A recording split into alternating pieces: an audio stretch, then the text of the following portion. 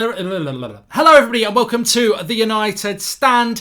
Is Ole Gunnar Solskjaer the next Jurgen Klopp? And I'm saying it with a straight face because it hurts. It hurts to do that. But is Ole Gunnar Solskjaer the next Jurgen Klopp? Gary Neville, I was reading an article of his today actually, and he's spoken about how there will be more frustrating times at Manchester United over the next few years, and that patience is obviously required with Ole Gunnar Solskjaer. But when you look at the journey that Jurgen Klopp went on at Liverpool, and the journey that Pep Guardiola went on at Manchester City, the journey that Ole's going to have to go on is more similar to the one that Klopp had at Liverpool, whereby a sleeping giant, I suppose, was rebuilt slowly into a club that is now challenging. I can see the laughing face emojis out the corner of my eye.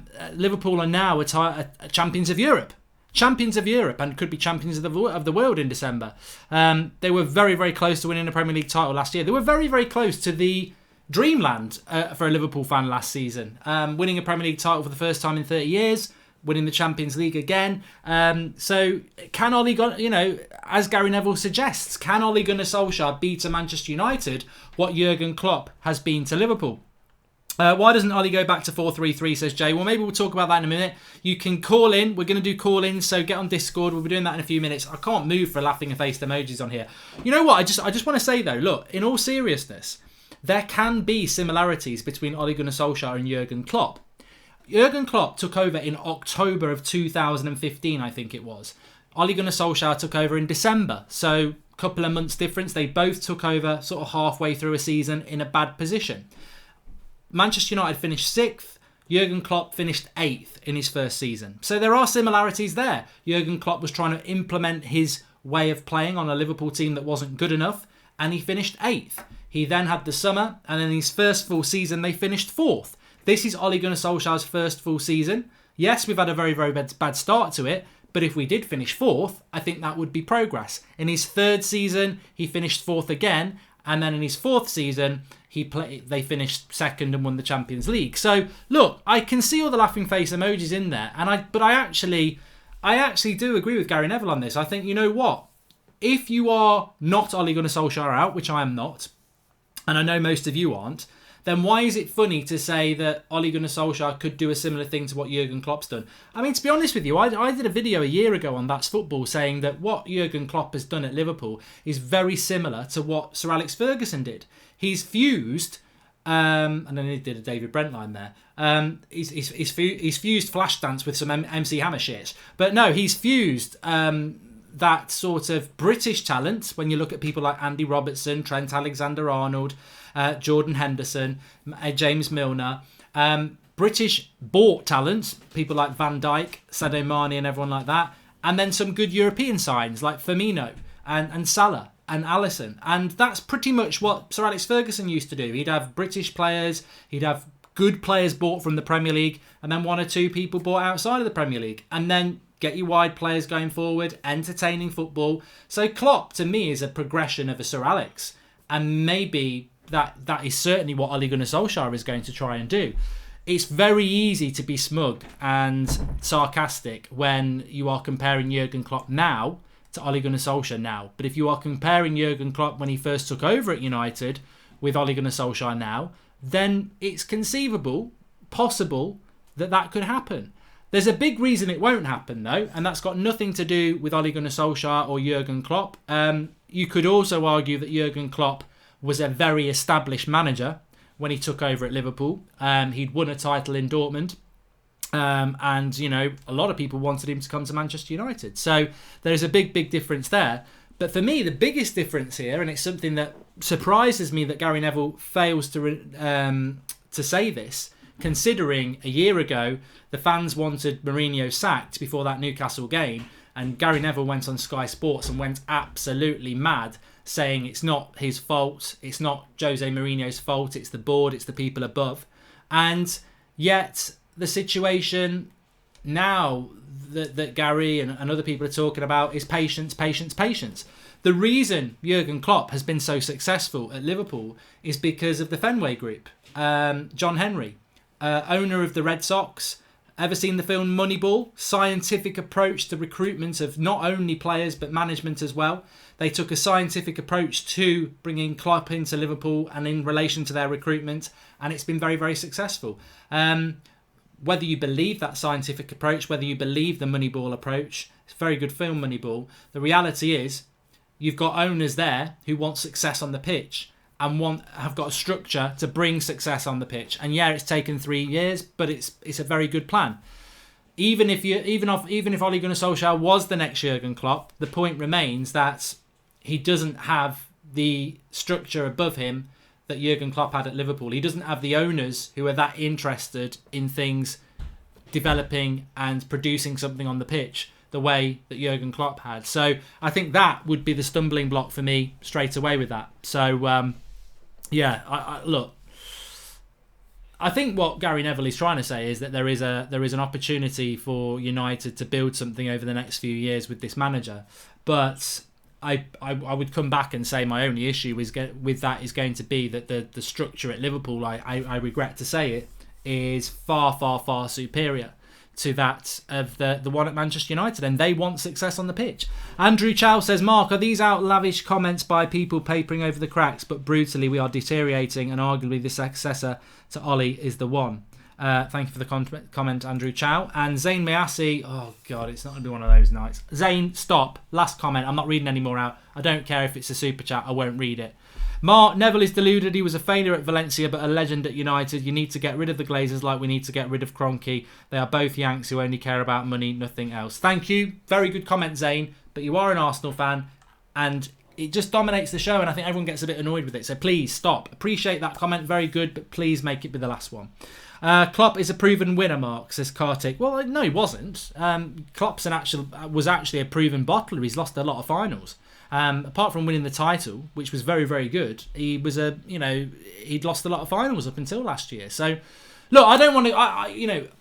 I read that and I thought I'm going to bring it onto the show tonight because I know it will generate conversation, which is always very, very important.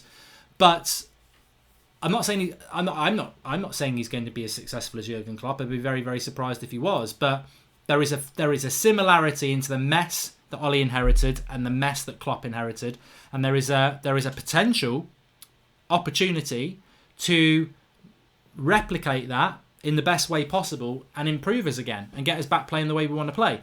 I think he will struggle because Jurgen Klopp had a very good structure above him with a very, very clear vision on how they wanted to be successful, and it's worked brilliantly for Liverpool. I hate saying it, but it has. I look at United.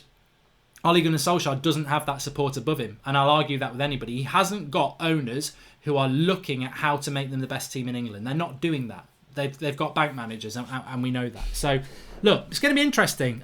What amazes me though is when I look into the live comments, all the people, and you're not all Liverpool fans, all these people who are there saying, well, you know what, laughing about it and all this, and but yet you're all Ollie in. Like, that confuses me a little bit. I'm Ole Gunnar Solskjaer in, and I want to believe he can go and be as successful at United as Klopp has been at Liverpool. And Gary Neville's right. You can't compare it to Pep because what Pep's had is what everybody dreams they've got. Open checkbook. Oh, that right back doesn't work. Kick him out. Oh, that one didn't work. We'll get you another one. You know, nobody gets that. Pep's very fortunate to have that, and he's a very good manager. So you can't compare it to that situation. And I think Ollie does need to look at what Klopp's done because it's fantastic what he's done. And I hate saying it because it's our biggest rival, but it is fantastic what he's built there. And Ollie does need to look at that. But I feel that he won't get that because of the owners. But for everybody who's laughing about it and saying, oh, you're being ridiculous, Mark, well, I don't really understand your argument because you're not, I forever have people telling me, oh, try and be positive. I present you with a positive argument about a manager that you apparently all want, and then you're ridiculing it. I think you've got a level of hypocrisy there because how can you back a manager but not believe he can do what another manager's done at our rival? Because, as I said, first season for Klopp, he finished 8th. Then he finished 4th. Then he finished 4th. Then he finished 2nd. So, and that's over 4 seasons. This is only Ole Gunnar Solskjaer's not even been in there a year yet. And I said it yesterday. Look, how sure am I that Ole Gunnar Solskjaer will be successful? 50%. 50%. But I'm not... But I'm going to believe, of course I'm going to believe, because that's the only way That's the only way we can do it. That's the only way we can do it. But for everybody who thinks I'm wrong, get in the live comments and tell me why I'm wrong, because I don't understand realistically how you can be Ollie in, but then ridicule something or a theory that makes him successful. If you don't think he can be successful, grow a pair and say Ole Gunnar Solskjaer out. If you don't think he can get us to 4th, then you should be Ole Gunnar Solskjaer out. Mate, I'm not being harsh there. I really, really do. I really do think people should have the courage of their convictions to not ridicule. If you're ridiculing the manager, then you really should be Solskjaer out. You should, I actually think there's a lot of United fans who are Solskjaer out. They're just shit scared to say it. I'm not one of those fans. I have my concerns, but I'm definitely Ollie in, and I want to, give him a chance and hope he can turn it around. Might not be like that at Christmas, but you know me, I stuck with Mourinho too long. But you know what? If you don't believe he can do it, why back him? Be honest with yourself. If you don't think he can do it, then don't back him. And I'd respect you a lot more if you said that, because I don't understand why you can't back him. Why you can't believe that he can do it. If you don't believe in it, what's the point? What is the point? People are strange. I don't trust the players. I'm 50-50 about Ollie, but I'm willing to give him time, says Kumar. And Ollie is the best manager. All right, okay. Super chat coming in from Ingav. He says, would you support Moneyball at United given our revenue? Moneyball, from what I remember of the film, is basically a scenario where you ignore the value of a player, you ignore the wages of their player, and you basically try and analyse. Well, it's a bit like Football Manager, where everyone's got a score out of 20, isn't it, for different areas, and you select players based on their score and performance in those areas, and you build a team that way. Moneyball's a great film with Brad Pitt in it, but and it can be relevant to football, of course it can. Fitness Unscripted Sharath Kamath says, even Pep agrees that he couldn't have played that style of football without these perfect players. Will our fans be happy if we don't play academy kids? I think it's going to be a very interesting few weeks. If you didn't watch the video at lunchtime, it was basically like an early season report for Ole Gunnar Solskjaer, where I marked all the players out of 10, Solskjaer out of 10. We analysed, where Mourinho was this time last year, etc. Really, really good video. Make sure you give it a watch. But one spoiler I would give you is the next 4 Premier League games are massive for Ole. I cannot overemphasise that. He's got to take at least 7 points from 12. If he takes anything less than 6, he's in big, big trouble, because that would be a horrific start to the season after 8 games. And they're not necessarily the hardest games we've got. Mark, if we say Ollie out, we're going to start at the bottom again. Let's give Ollie a chance, and I will never say Ollie out, even if he fled, we try everything. Even if he's fired, we try everything. And that's from Said Ali. Yeah, I agree with you. And Mourinho is better than Ollie, trust me, says FN Clayton. Well, we will wait and see, won't we? And Bab Academy says, I'm a football fan. I support players, not teams. Oh dear, that's the end of me reading that. I've got no issue with it. I've read the first bit of your comment, but you should support. I don't get how people support a player and not a team. It's just not something I can relate to. And my Autogen says, Klopp with Mourinho is the best manager in the world. Ollie is not the best manager in the world. He isn't even a Premier League level manager. And I think 3 out of 16 wins is shocking, says Jack Pace Depano. Keeping in mind 2 of these were lucky wins versus Watford and West Ham. Deserves to be sacked just because of that, and that's why I'm Ollie out. Hey, it's different. It's a different opinion. And cheers for the super chats today, guys, says Soph E. And Jose is way better than Ollie, says Orlando Samuels. Well, everybody knows I disagree on that. I'm not a big fan of Mourinho. I think he's a spent force. I really do. And we want Ollie to do well, but we know that he won't, says Jordan D. I mean, that statement probably has some levity to it. I think there's a lot of people who are feeling a little bit like that at the moment. They desperately want him to do well, but they fear that he's not going to. I'd probably put myself in that category a little bit at the moment. I wouldn't say I know he's not going to be successful. I wouldn't go that far. I desperately want him to be successful. I'm worried he won't be successful. That's where I am at the moment, and I have been very clear about that. Klopp won the Bundesliga with Bayern Munich before joining Liverpool. What has Ollie done to become Manchester United manager, says Fardem Ghosh. Well, I think that's a fair comment, and I think that's one thing that would be said about it. But you can't deny that there are similarities between the situation that Klopp got at Liverpool and that United's got with Ollie. The issue is, some people will say that Ole Gunnar Solskjaer is nowhere near as good as Klopp as a manager, which might be a fair thing to say. I would certainly say the Woodwards as an ownership are nowhere near as interested in making Manchester United successful as the Fenway Group is with Liverpool, and they've proved that. So, it's a Poundland version both ways for some people, isn't it? I really won't... Ollie is highly overrated by United fans because he's a United legend, says Michael Johnson, and still trying to figure out what style of football he's trying to play, says Zishan Abbas, which is a consistent problem with United fans, to be fair. Kaleem Lee 95, no hate, I honestly love this channel and thankful for all you guys. However, do you regret snubbing Alex in regards to Klopp? Congratulations on 500k, by the way. Regret snubbing Alex in regards to Klopp? I don't know what that is about. I don't know. Sir Alex? Alex who used to be on the United stand? I don't know. I mean, Alex who used to be on the United stand really liked Klopp. And I think that a lot of United fans like Klopp. But when he was at Liverpool, you automatically kick in the United thing, don't you? And you don't give or say you want that manager at United.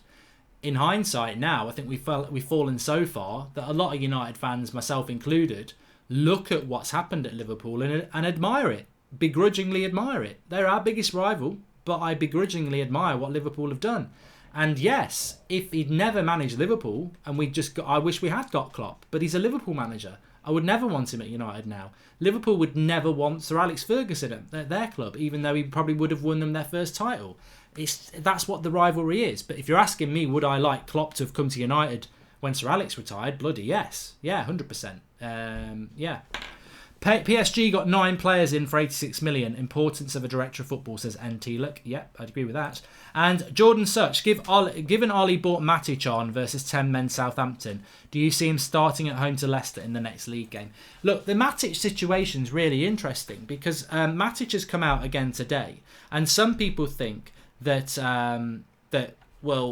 he's not. Matic hasn't really said anything bad, but he's come out with another statement saying that basically Matic, I've been playing first team football for 10 years and there's been somebody on the bench because of me, and now I've got to accept that I'm on the bench. However, if we don't, the manager's job is to win the title, and if we underachieve, the responsibility is with him.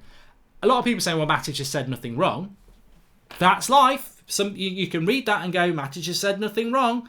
Matic has said nothing wrong. I read it that Matic is being very clever, but actually being very, again, throwing Ollie under the bus. I think when he says, look, I want to play, I'm on the bench. If we don't win, it's the manager's fault. That, to me, is Matic saying, I think I should be playing. And if we don't win, then it's down to the manager. But he likes that comment after that was the worst thing, was liking that comment after the match on Saturday. But I don't really care about Matic. I don't really care what he says. I think he's a bit of a snide. And if I was in charge, I'd have him in the reserves and I'd put Fred and I'd put Garner on the bench from now on, because that's about the future. You don't need a snide. But I also think that the most important thing is Matic is crap. Forget what comes out of his mouth. He's crap and he shouldn't be in the team. So that's what I feel about Matic. Alex from the United stand, he wasn't at Liverpool at the time, says Callum Lee 95. Yeah, well, I think we addressed that, didn't we, to be fair. Mark, keep the podcast coming. Did 45 minutes of cardio listening to that, says Fitness Unscripted Sharath Kamath. Loads of love for the podcast. If you haven't watched it, yeah, you won't be able to watch it because it's a podcast. If you haven't listened to it, do. That's going to be coming out every Tuesday, I think, from now on. It's going to be up on iTunes soon. If you haven't listened to it, go to the video from either last night or this lunchtime. It's got the links in the video description for that. Big D says, Rome wasn't built in one day. Love to all of you. Yes, it wasn't. It wasn't. Good things take a long time to build, but you've got to build them. Arijam Singh says, this team quality can only play part the bus to have any chance, obviously because we lack creativity and strike force, rather defend in numbers. Also, just to pick up on something Paul Scholes said about Marcus Rashford, which I don't think I mentioned at lunchtime, which I think really should be mentioned. I like Scholes. I think we all like Scholes, don't we? But, obviously, just because they're a club legend doesn't mean that you have to agree with everything that they do or say. And but what he did say is, talking about Marcus Rashford, He said, I watched him play against Southampton at the weekend and he didn't look like a centre forward to me. And my concern is he's a scorer of great goals. He's not a great goal scorer. And I think at the moment, I think we could all agree with that. I think we probably all think that. Marcus Rashford at the moment doesn't look like a striker. And he hasn't done for a long, long time. So how Ole Gunnar Solskjaer deals with Rashi over the next 4 weeks is going to be very interesting. I personally think he should be on the bench. I think that's what justifies. But what would you do? Would you drop him? I don't think Ole will. Woodward met with Klopp and talked about United being an adult Disney World before Liverpool got him. Klopp didn't fancy it. Ed screwed that up too, says Kartik Saransan. I didn't know that. I genuinely didn't know that. And Sid D says, Mark, your comment about Ole doing director of football changes to our squad was an eye-opener for me. Should we make him director of football? Should he fail as a manager? What I was basically saying is if you look at what Ole's got rid of and the 3 players that he's brought in have done very well, that's nothing to do with what happens on the pitch. That's just really good business in relation to ins and outs. And that portrays good director of football skills. Ole Gunnar Solskjaer will never be director of football of United because United would have to be decisive and say, right, Ole, before it goes too bad, I don't think you're a good manager, but I think you're a good director of football. There's the job. And Ole would have to go, okay, I'll do it. Those 2 things won't happen. United won't do that, and Ole wouldn't want it to happen. He will be sacked, and then he will be out of the club like everyone else has been sacked. So it won't happen, in my opinion. Rudy 11 Full says we should give Ole the next 2 transfer windows. Let's see what players he gets to replace the Deadwood. Also, if Glazers give him cash to do it. I agree with you to one extent, Rudy. Let's see what happens. But the January transfer window is 4 months away. If we're in the bottom 3 or in the bottom half of the table at Christmas, do you wait for January? I don't know. And on top of that, you mentioned about the board. Well, the board didn't get him a midfielder in the summer. So waiting 2 more transfer windows to see if the board are going to be incompetent again. I don't know. And Fitness and Scripted Sharath Kamath. Rome was not built in a day, but a lot of people suffered to build Rome. Guess we will have a few more years of suffering. And I think that's what Gary Neville was saying as well. The frustration, it will be frustrating along the path of what's going on at United at the moment. Of course it would, because it is a process. We're back in the Van Gaal days. But I think for everybody who shouts patience, and I am one of those people, for everybody who shouts patience, the bad thing about patience is there is a limit to a patience, isn't there? You can't be in the bottom 3 playing shit football with Lingard and Rashford and others underperforming and Matic playing and go, this is about patience. You've got to see a vision to be patient, haven't you? And that is the thing, without a doubt. Okay, right, we're going to take our first caller. We've got somebody waiting. Let's see if we can get hold of them. Omar, can you hear me? Hi. Hello, you're live on the United Stand. Can you hear me? Yeah, I can hear you. How you doing, pal? You all right? I wanted to talk about a few things, if you don't mind. Yeah, go ahead. I wanted to talk about a few things, if you don't mind me saying. Yes, that's fine. Can you hear Hello? me? Yeah, just crack Yeah. on, mate.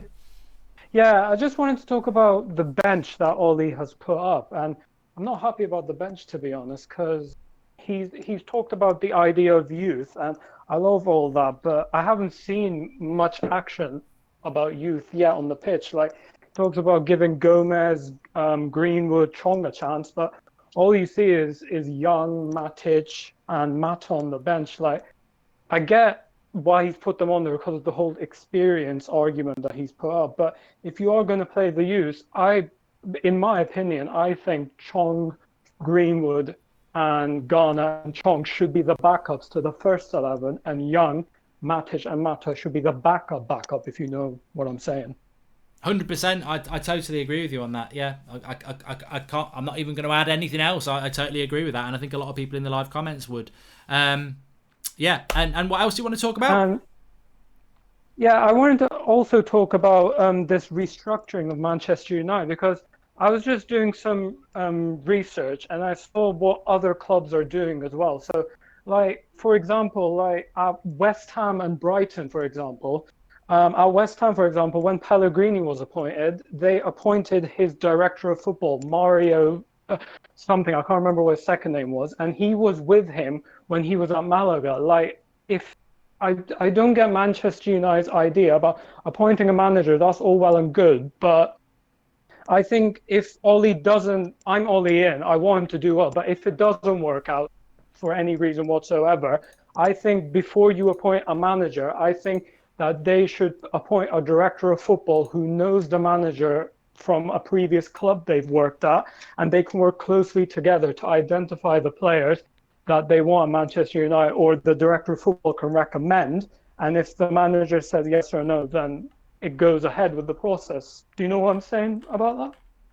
Yeah, I totally agree with it, mate. I totally agree, because I think that as well, if you look at Manchester City and Pep Guardiola, even before he took the job, they had somebody in. I think it was it Tiki Begelowstein or someone like that who'd worked with him before. So you know, the issue with United is that we all know it. It's that Ed Woodward and the board want control of transfers, and that's why even if we get a director of football, I don't think they will be a director of football. I think they'll be they'll have a limited role. So we're just not a very good run football club, and I think the fans are awakened to that. And I think whoever the manager is, whether it's Mourinho, who I believe should have been sacked, or whether it's Ollie, who I want to back, whoever the United manager is, they are doing it with one, sometimes two hands tied behind the back, because we've got incompetence above them.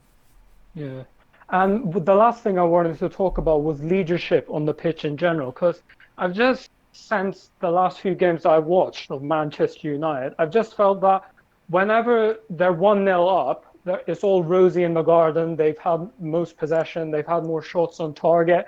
But I just feel when they go 1-1 or 2-1 down, for example, the heads drop. And I feel like the only potential leader in that dressing room could be Maguire, but he's only just come in. So it'll take time for him to embed in as a leader. But I just think we're lacking that Roy Keane type of leader who would kick people's asses up, like kick him up in the nuts, really. Like, I think Lingard especially needs a kick up at the backside, really, for his. He needs one in the ass and the nuts. I agree. Yeah. Yeah, and I also just think that, I mean, okay, Daniel James is coming. We can't put that much pressure on the lad already, but 3 goals in 4 games, I'm proud of him. But when you score that equaliser against Crystal Palace, as Manchester United fans, we are expecting the players to win that game. So the thing that I would be doing is picking up the ball from the back of the net and running to the halfway line and putting the ball out and say, come again. Like, you don't celebrate a 1-1 unless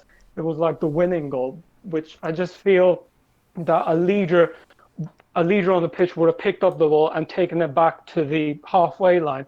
I mean, it was like what Troy Deeney said about Arsenal a couple of seasons ago, that Arsenal lack cojones. Like, they don't have any guts or balls, really, in a way. And I just felt that Manchester United doesn't have any of that, if you know what I'm talking about. I do, 100%. Thanks for calling, Omar. Really good 3 points there, and please do call in again. Thank you very much. Thanks for having me, Mark. Cheers, pal. Just to pick up on that, because I want to just, in fact, I just need to go and get them. Very, very good call. Make sure you smash a like on the video for that. We'll take another call in a moment, but there's just a few super chats that I need to read. But just on the leadership, while I'm getting those super chats, I agree with Omar. I think that there are leaders at the club, or maybe one leader at the club in relation to Harry Maguire. But the problem is, Harry Maguire's only just come into the club, so it's hard to be a leader. But on top of that, there are people within that club who are not leaders, but are established characters in the dressing room. You know, you look at Jesse Lingard, you look at Paul Pogba, you look at Marcus Rashford, you look at David De Gea, you look at Ashley Young, you look at Juan Mata. So even if Maguire went, oh, look, you're not leaders, and they're not leaders, none of those players are leaders. How does he... It's one thing having a leader, it's having people who will be led by that leader. And I think we've got too many characters in that dressing room who think they're it. That you know, it's not always about having a leader. It's about having people who want to be led as well. Like Roy Keane at United's a great example, because there were some strong characters in that United team, but everyone wanted to be led by Roy Keane because you had to be led by Roy Keane. And so I think that's the problem as well. It's not even just about identifying the leader. It's about having players that want to be led. And those players in that United team, I don't think they want to be led. I think they think that they're their own personality, but they're not leaders either. So it's counterproductive. Fitness Unscripted says, can I get in? I'm Q3, Sharash Kamath Fitness. Hopefully Paul will pick you out, mate. And Tom Salvhorge says, Ollie clears the crap squad and takes a 7. Finish on the chin for the sake of the club. Rebuild the proper way. Still wish he would play more youth, but trust the vision plan he has. Good comment. Brandon Reisner says, whether Ollie could be as successful as Klopp is uncertain because it depends on Woodward and the board are willing to work with Ollie, like Liverpool did with Klopp, to give Ollie a fair chance. Very, very good point. And Ollie's a legend. He's not a magician. He needs time, says Incognito. And Aidan Sradi says that Fernandes is still at Sporting. Deal still possible. I don't think so. Rudy 11 we should give Ollie the next 2 transfer windows. Let's see what players he gets to replace the Deadwood. Also, if Glazers give him the cash to do it. I think I'd already read that one, to be honest with you. So let's go back and let's pull in another call. Here we go. Hello, can you hear me? You're live on the United Stand. Hello. Hello, Mark. Hello, how you doing, pal? You all right? Oh, good, man. How are you? I'm good, thank you. What do you want to talk about? I want to talk quickly about Ole Gunnar. I mean, seems like that's the topic of the night. Okay. Fire ahead then. Okay. So basically, I'm of the assumption that we might be not aware of what's really going at Manchester United at the moment, because we take it back to December quickly. The board says we're planning to get a director of football, and then you have all these names being called around: Rio Ferdinand, all the other names. We know the names, the ex-players, yeah. And then that thing just went quiet, and then now Ole Gunnar Solskjaer was given the job after PSG. And then we went on that bad run, and then now he did the whole get rid of the dead who would bring in other players. So where I'm trying to go with this is, I'm of the belief though, that is it possible that Ole Gunnar Solskjaer could be our new director of football in the coming future, and he's just in there as a stand-in man to get the... Because for me, all I'm seeing, honestly, from his performance right now is a brilliant director of football. I'm not so sure about his tactics as a coach. I don't know what you think. I think it's a fan theory, and it's a little bit like if you're a Game of Thrones fan and, Clegane Bowl. Things like that. It's like, it's a good fan theory, and Clegane Bowl actually did happen, didn't it? But, I don't see how it would happen, because I think United would be... United can't say to Ole Gunnar Solskjaer tomorrow, your director of football now, we're getting Laurent Blanc in, because it would be wrong to do that. You've got to give him a chance. But when we give him a chance, he'll either be successful or he'll fail and get the sack. So I can't imagine he puts us in the bottom half of the table and everyone and United go, we're going to sack you, but we're going to give you the director of football job. I think it could happen, but I don't think it will happen, because I don't think there'll be a scenario where it could. I think he's either going to be successful or he's going to get sacked. Yeah, I hear you. And, you always say that Manchester United news never goes like undercover and everyone always knows about it. And this is why I'm feeling like all of a sudden the director of football conversation went to bed. No one is talking about it. So were the club lying to us? Probably. They've been lying to us for the past 6 years. But there's a little bit of chance that we're not in the open right now in terms of exactly what they're trying to do, because they failed for 6 years, and Ed Woodward's job, I feel, is on the line, honestly. I know he's making all the money and people are saying, oh yeah, the Glazers love it and all this stuff. But sooner or later, the shit is going to stick on the wall. I'm sorry to use the bad language. No, you're right. I mean, Mitoko Kumalo says Greenwood, Gomez and Fred are the only players that will make me happy with Ollie this season once given game time. I mean, just to bring it back to Ole Gunnar Solskjaer for a moment, there's a good point there. What changes do you want to see after the international break, or do you think he will stick with the same sort of players? I mean, I would love to see. I hope Martial is back. I mean, he was walking on his foot after that.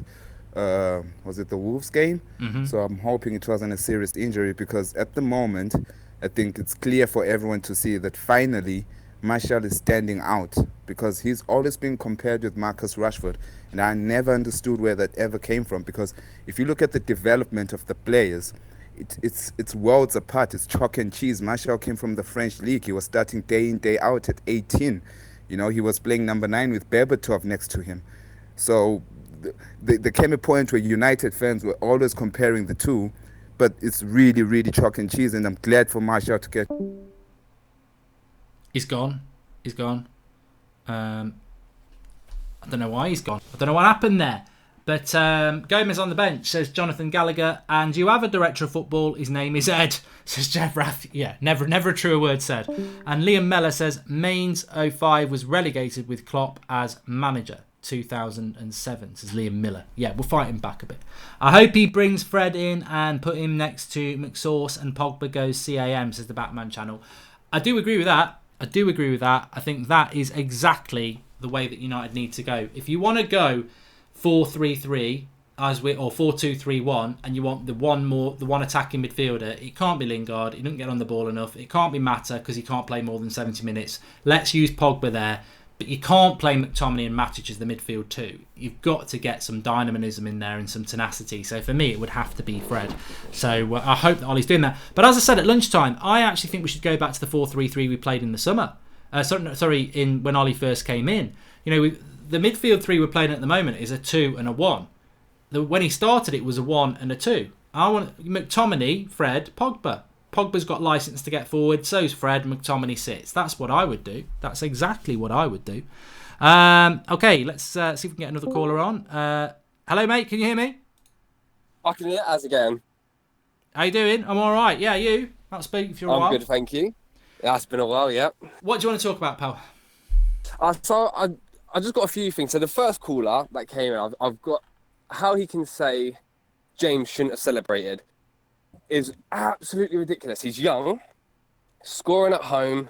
How is anyone on this earth going to score for your team and not celebrate? Like, he's so young, new to the team. Because I've seen quite a few people say, oh, he shouldn't be celebrating. He should be getting the ball, running back. No, let him enjoy it because he's so young and it was an absolute cracker of a goal. So why people are hating on him for that blows my mind, and it just makes no sense. I don't get it. I understand you want to win the game, but he's young, scoring at home in front of the Stretford end. He's loving life, and he's the passion. He's the only player that's showing that little bit of passion on the field out of everyone else. It's like at least he's scoring goals for us, so let him do what he's got to do. I'll just come back on that because I know there'll be people in the live comments saying, "Well, Mark went mad at him." On the watch along, I was like, he scored. I was like, get the fucking ball and start again. But you're right. That's an instant reaction. We're Man United fans. We've been United fans for years. We know when you get an equaliser against Palace, you get the ball and you go for another one. Daniel James is 100%. A Swansea player who doesn't know about this. He's living his dream, like you say, and he's just got an equaliser. But you look at Rashford and Martial, and Rashford has been crap this season, but they were right behind him, angrily going, get the ball back. So there's players in that team to teach him that. So I've got no concern with it. Like you say, it was just the innocence of youth, really. And he won't do it again because he'll understand the club now. Nah, but he was just enjoying the moment. He scored an absolute cracker of a goal. Like, it was perfect. I don't think anyone would be able to hold in a celebration if you've just done that. It'd be hard to. And the other thing I was going to say, I think it was your live show at 1 o'clock, you were saying something about Pogba, and you was like, we can't complain about selling him because we could have sold him in the summer or something like that. And I understand that because I want Pogba gone. And yeah, we had the chance to sell him in the summer, but I understand the reason why we didn't. It's because we were trying to get underballed and they were trying to give us low prices, and no other team would sell a world-class player for a cheap amount when they know he's worth 2 times what they were offering and stuff like that. So it was just a little counter argument to what you were saying about, do you know what? We had the chance to sell him. We did have the chance, but we were getting lowballed, and I understand why Man United didn't want to sell him. As much as I would have loved him to have gone, but you've got to know your price for the player. And no other team, like Real Madrid, wouldn't sell a player if they weren't getting what they wanted. They would still keep him, even if they didn't really want him there. But Ollie obviously wants him there. But I think you've got to still hold out for what you want and the price that you want. And I just thought, we could have sold him, but we need to hold out for the right price, I feel like. I just think my point on that, because people probably haven't watched it at lunchtime yet, my point on that was that I just see the same Pogba people who don't like him after the Southampton game slating Pogba. But Rashford was worse than him, and they don't slate Rashford. Rashford was shocking. Yeah, and I just think with Pogba, there's almost no point United fans saying Pogba was crap and he was inconsistent. They're not wrong, But Yeah. Ollie has decided Pogba wanted to go. Real Madrid wanted him. I'm sure a deal could have been done, but United didn't even want to discuss a deal. They wouldn't discuss a deal because Ollie wanted him to stay and Woodward wanted him to stay.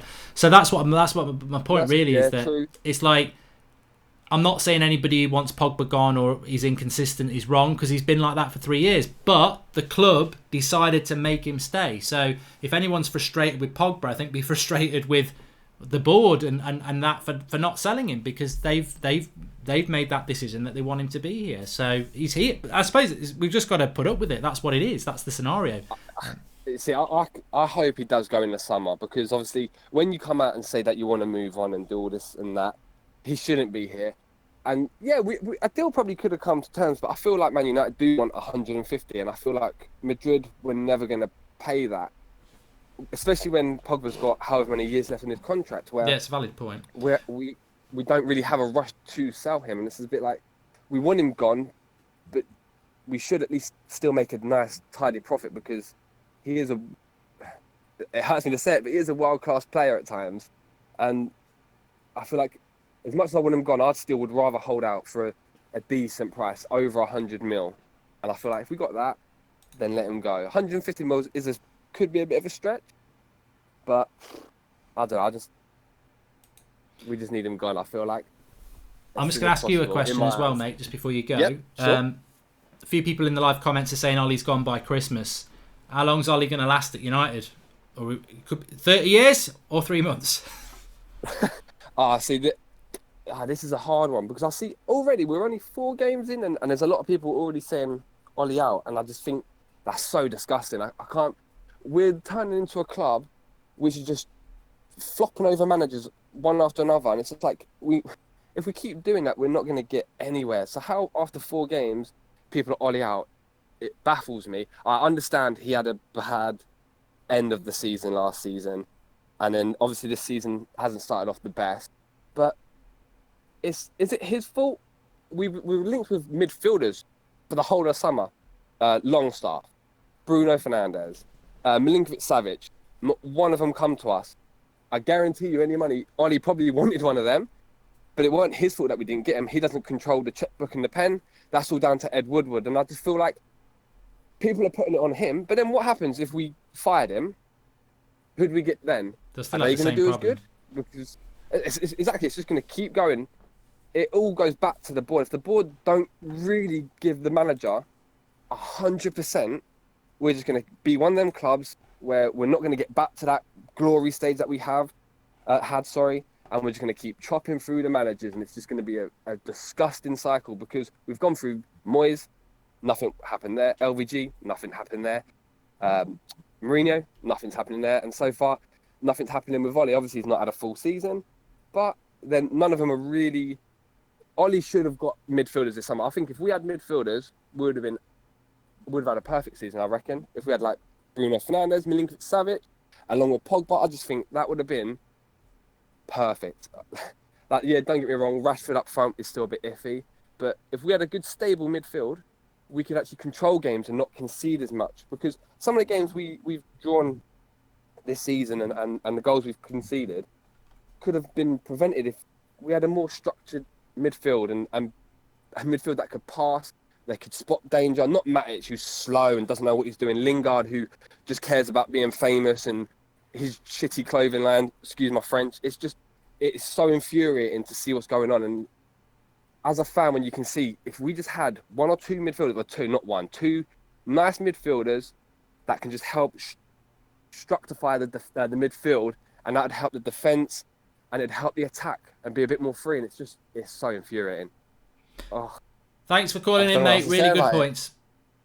Cheers, Mark. No worries, pal. Speak to you soon. Take care, mate. And that is actually spot on. It is spot on. We would be a better team even if we had one midfielder brought in. We didn't buy any midfielders. Herrera walked out the door. That made us weaker. And Fellaini wasn't replaced in January. That made us weaker. Matic is getting crap. That's made us weaker. McTominay isn't ready yet. That makes us weaker. Pereira may never be ready. Fred's not being used. That makes us weaker. It is very simplistic, but it is also very true. If we'd added 2 midfielders, which we needed to, we would be a better team. We haven't got even one, so of course that makes us a worse team. It does. It's factual. Whether we'd be perfect with 2 midfielders, I don't know. I still think there might be a few issues there. But also, I mean, the Ollie out thing. I think if you've got a structured argument. And you've got to have a very structured argument, I think, to be Ole Gunnar Solskjaer out at this point. You've really got to base it on not the start to the season, not even the last 2 wins from 16. I think you've got to look at the whole picture and say, you've almost got to be, I never wanted him in the first place for this reason, and he's not shown me anything in the last 8 months to make me want to be that. I don't think it's impossible to be Ole out, but I think some people are going Ole out way too soon. And there are, I've got concerns, but I'm nowhere near saying those words. I'm not saying he's going to be successful, but I'm nowhere near being that. I mean, there's plenty of football to be played yet. My only concern is, and I said it, one of my main concerns is, sorry, it's not my only concern. One of my main concerns is that this squad will sack a manager. We've seen it. I know there's been a little bit of change in ins and outs, but this squad got Mourinho sacked. It down tools. It definitely down tools at times.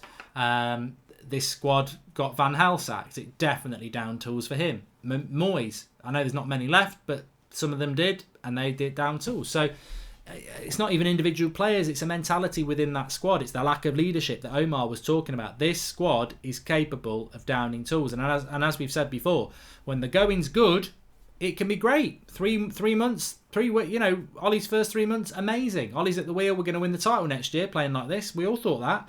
But then, you get a bit of a bad look. Oh no, this is terrible, and we flip the other way. So interesting. It's not a nice situation we're in at the moment. Nobody wants this, but it's going to be interesting. And I don't think a betting man would bet either way. You wouldn't. I think the people who bet that Solskjaer is going to be sacked by Christmas, quite easily, we could be 4th by Christmas. We're not going to be 1st or 2nd or 3rd, but 4th, I think we'd all take that now. You just don't know. Obviously, Rudy11 Full says, Ollie obviously doesn't trust our centre-back partnership. That's why we play 2 central defensive midfielders. Also, Matic needs to go in January. I really hope that we get rid of Matic. I've been very impressed with the Deadwood that's gone out of the club, and Matic to me would be... I was so happy when Fellaini went. I was so happy when Lukaku went. I was so happy when Sanchez went. Darmian's gone as well. Great. For me, next Matic, then Jones, maybe Young. We're getting there. And just don't replace them with shit. Dazu W says, why do United players keep saying the things in the press? Been going on for years. Don't hear players at other clubs moaning in the press. I think, 1, we're a massive club. And 2... there's a sieve at United. There's a leak at United. There always has been. But United's always front page news as well. Players at other clubs might want to talk, but no one wants to listen. Everyone wants to listen to a United player.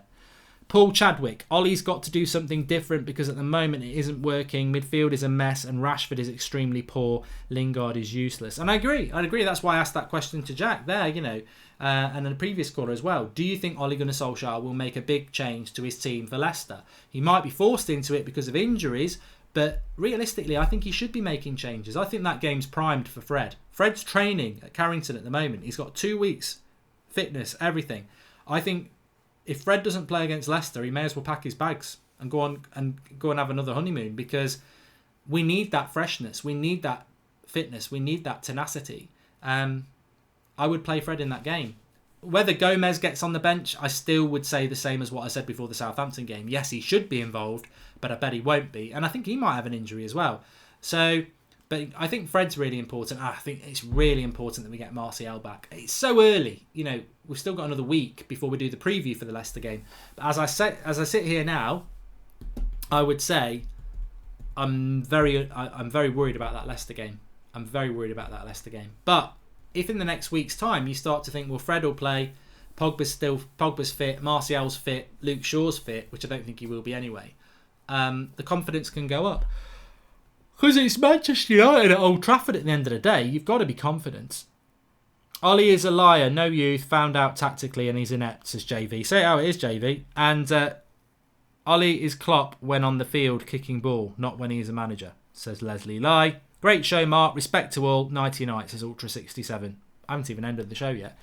Please do smash a like on the video, everyone. Let's see if we can hit 1,000 likes before we end the show. It has been a very, very good show. I am going to do more of these call-ins over the next few nights and next week as well. It's very hard to try and get 10 calls on, but, you know, I think if we try and do 3 or 4 every other night, we'll get through plenty of you. So, and remember the Discord.